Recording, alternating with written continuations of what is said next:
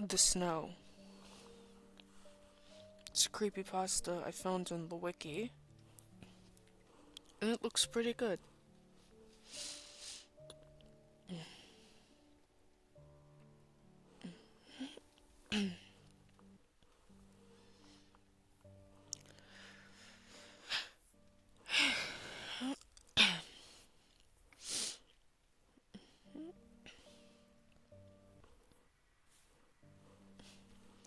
It all began in November. It was a benevolent November. Ambient air was kind enough to stay lukewarm, so the wind did not blow so hard as to rip through coats and scarves and hats. And what breezes there were seemed to be in the median, not as warm and comforting as the ones in the summer months past, but not as cold and harsh as the winter months yet to come. Snow had not yet fallen, which most considered a blessing, except for those whose business depended upon the snow that fell in flurries most years around this time. I was sleeping soundly at about 5 in the morning. I was dreaming that my girlfriend Kelly was still alive. She had died about 3 years back in an accident that had occurred due to a drunkard driving down the highway. I blamed myself. We had a big fight before she stormed out. I was the only reason she was on the road at that time. In my mind, I'd killed her. I dreamed that she was on the couch with me. We were watching her favorite movie while cuddling. A bowl of popcorn was on my lap, and she was eating handful after handful. She was beautiful, with sparkling emerald eyes and dark chocolate hair flowing down to her shoulders. She smelled like vanilla, and for a moment, it was as if she was truly there and everything was fine. She turned to me. I felt so much guilt and grief. Oh my god, I forgot to switch sides. Okay. I woke up with this. I'm so sorry, I told her. She just smiled. I woke up with this start. I thought I heard whispering. I stood up, putting on slippers and a robe. Looking out the window, I saw nothing but black. When I shone my phone out the window, I saw what appeared to be a plane of white outside, though I attributed this to the glare. Joshua. I started, slowly. I turned and faced the darkness. There was nothing there, just empty darkness. Turning my light on in the room illuminating the dark, I saw no trace of anything. Shrugging, I turned to face my bed. I shuffled through the inky blackness, trying not to trip on anything. I placed the phone back on its charger. Eager to return to sleep, I stepped towards the bed. Joshua. I turned quickly. This time I was sure that I had heard my name being whispered by something. However, I still saw nothing, but the room felt cold, like some of the bitter outside air had leaked in. I did not pause to consider why the outside air would be bitter, for as I said, it was a very nice November. I decided there must be an open door or window in the house somewhere. Knowing I could not sleep with this much cold in the air, I stumbled towards the door. Funny. It seemed to rock itself when I approached. I tried it. No matter how much force I exerted, it wouldn't budge. With one final shove, I managed to push the door off the hinges. It fell forward, landing with a large thud. Carefully, I stepped over the doors and made my way down the hall. Silently, though I don't know why, I searched for the open door or window from which came the breeze. It had to be a breeze. It was coming. I made my way, still silent, as if I dared not to make a sound. And though the rational part of my brain said that I was alone, still I felt a shiver down my spine that comes with being watched through the living room. The TV was on, even though I distinctly remember turning it off after finishing a movie I had started before work. No regular show played, however, but dark and unnatural images flashed across the screen. I stared, dumbfounded and horrified, whilst the image of murder flickered on the screen. Hellish music played, subtle at first, but growing louder as I continued to watch. When I thought the music would become unbearable to hear, the images stopped, and the quiet once again swallowed the room. Still I stared, my mind refusing to process what I saw. What I stared at, brain reeling from the shock of the past few minutes, was something horrible. Something that preyed on my fears and guilt. Something I refused to believe. I saw a message. Looking at the crimson font and remembering the images that burned still in my brain, I could believe, with all my heart and soul, that it was written in blood. I began muttering to myself, denying the existence of what I saw. What that message read was, "Joshua, you killed me." As I stared at the screen, I knew, from the bottom of my heart, that what I read, over and over, was Kelly's last message to me. Though I wished this so desperately to be a dream, I knew no man on earth could imagine the images that still flashed through my mind, even now. Away I turned, my soul burning in my body as I remembered the quest I had embarked on originally. I could still feel the cold biting me, but I felt numb, as if my nerve endings were severed by what I had seen. As I stumbled through the dark house, not daring to turn on a light for fear of something finding me, though there was no clear evidence of anything besides me inside, I prayed that this was just sleep deprivation. Finally, I saw the open window. As I approached the window, I couldn't help but notice, as my mind screamed at me not to think this, that the window seemed to have been opened from the outside, as if some ethereal specter, or wraith of despair and hate, had forced its way in. Shaking, I closed the window and hurriedly turned, eager to rest my head on the pillow and forget this horrid experience. What I saw when I turned made me scream, a sound of pure fear. Standing there was a corpse dressed in a white gown, which hung torn and tattered from its near skeletal frame.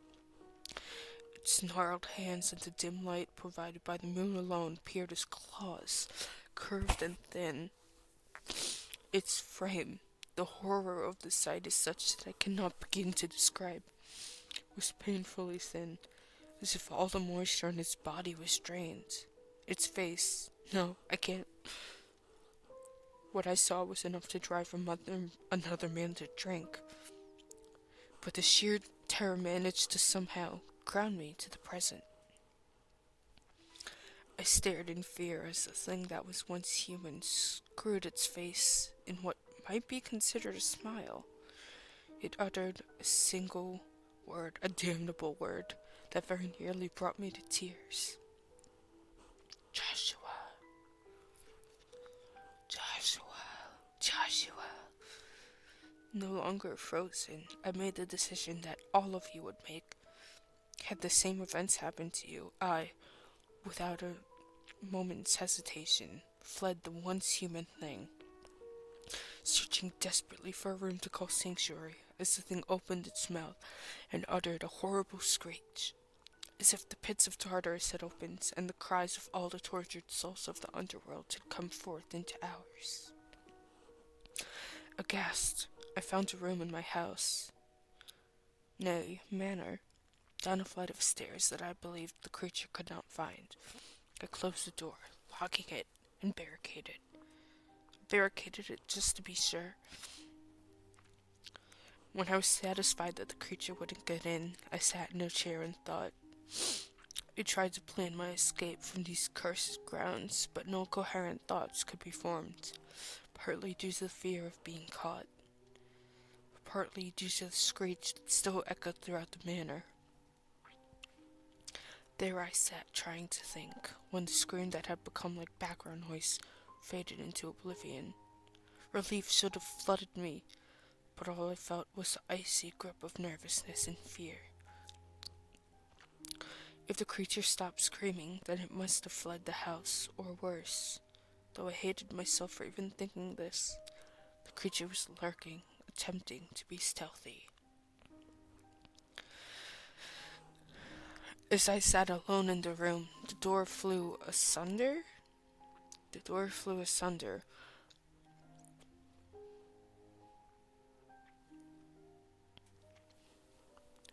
managing to throw across the room all of the objects I had used to keep the demonic thing out. I could not believe what I just saw, yet there it stood, like my thoughts had summoned the creature staring at me.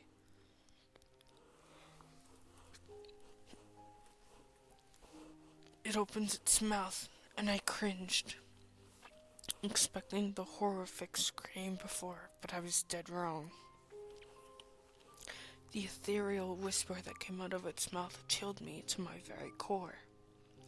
No large sounds came forth, but only a whisper, a horrible whisper.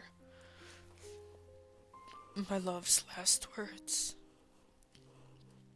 I'll see you soon. Tears welled up as I heard this. These words had haunted me since the day the officers had shown up at my door. The moment I saw that Scar cried driving up the long, twisted driveway, I knew with a certainty beyond understanding that the love of my life had gone to rest. Now I stood looking on a creature that was beyond human comprehension, something that could not be the love of my life. It was something completely different. As if sensing my thoughts, the face of the monster twisted into a snarl and uttered a strange sound, a terrible sound of hate. It raised its arms and, still howling in its ghastly war cry, charged towards me, intent on ending my life. I would have fled, but the thing blocked the door. There was no way I was going towards it. Instead, I reached for the nearest object, a fireplace poker. As this was the old furnace room before the house had been upgraded into the modern age. Wielding my weapon like a spear, I thrust the sharpened end at the monster, and felt my weapon enter the living corpse that besieged me. It fell forward, limp and cold, colder than the bitter wind that now howled outside, and as I dodged the falling monster, I ran for the exit. Running, I fled the room and decided then and there that this house needed the attention of someone who had experience in these matters, and I should run as far as I could from the monsters and spirits that haunted my home. But as I made my way towards the front door, a sound, nearly imperceptible, drifted through the silence. As I climbed the stairs, the sound grew in volume slightly, and I could make out weeping, female weeping. I stopped to listen. This sound had no placement in the house, as if it came from every corner of the manor. As I strained to listen, I missed a step and fell down a few stairs. The noise I made echoed throughout the house, and from the room I'd fled in such a hurry, a slight groan escaped, as if the thing I had killed was stirring. However, no other sounds were perceivable, and I decided it best to run now whilst it was dead again. As I crested the stairs, the weeping once again grew in volume, so I no longer had to strain to hear it.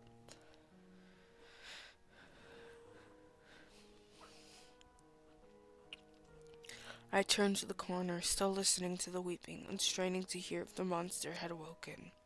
Hurrying, I made my way through the dark rooms that stood between me and the exit door.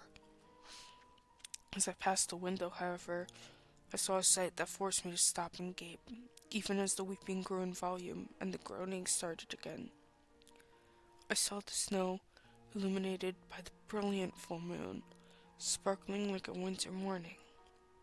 I gazed at the fields of it, much more than should be possible in a few short hours. I followed the drifts to the end of the lawn, which is normally lush and green.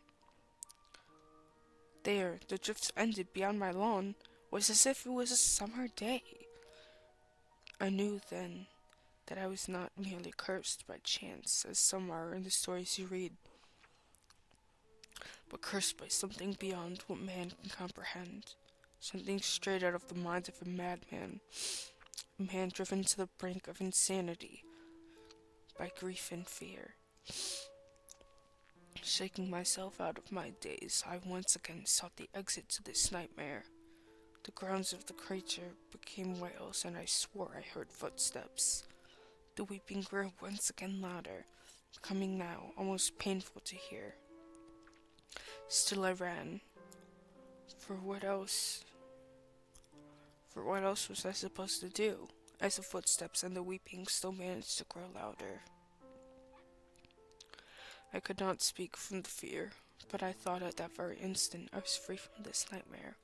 I would burn this cursed mansion down, not sell it and have some other poor souls live with this. My thoughts were interrupted by the front door, which I very nearly slammed into. Elation crept into my chest, and I grabbed the knob and pulled. No! The door was stuck, as the door to my room was. But this door was 10 inches of solid oak.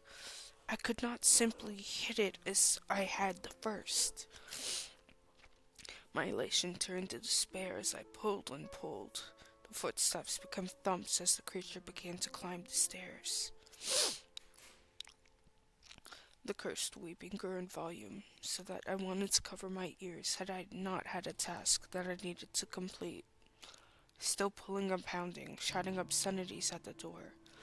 All the while, the thumping of the monster on the stairs turned once again into footsteps as the monster came closer. This gave me more incentive to kick and scream at the door, which seemed to be laughing at my efforts to open it, or possibly that could be my imagination. As I still worked, the adrenaline in my body reaching a climax, the groans that had ceased before returned to the air. I turned and saw the monsters shuffling towards me as the weeping reached a crescendo, the noise seemingly assaulting every pore of my body. I would not be beaten, not here. With a tumultuous shout, one I did not know it could make, I shoved the door with all my might, and with a mighty crash, it fell forward, me falling outside with it. Clambering to my feet, I turned, expecting to see the monster, but it was nowhere to be seen. Even the weeping had quieted. Believing myself to be free, I walked forward 3 steps before seeing something. It was like a dream. I was standing near an accident, with a large truck having a severely damaged bumper and a small car. Oh my God, it was Kelly's car. I was witnessing by some supernatural power the accident that occurred that fateful night. The car she drove was barely recognizable, a mass of mangled metal. I drifted over, having no control of where I went. Inside that mangled mess I saw, she was horribly disfigured, more so than the officers had explained when I asked to see my beloved's body to say my final goodbyes.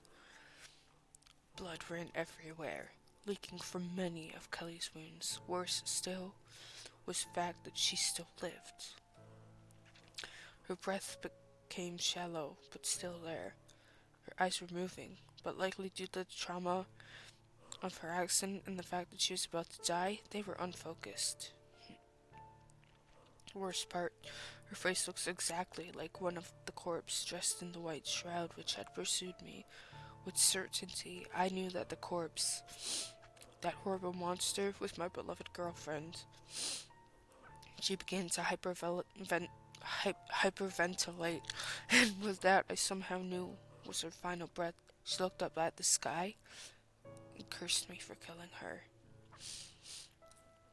And she was still, her eyes closed, and she slumped against the marred seat on which she sat. Seeing this, I knew that I would never be the same. I could not survive knowing my wife-to-be had cursed me with her dying breath. I made this all happen, and even as the dreamscape faded, I was left alone outside. I cared not, for I wished for death.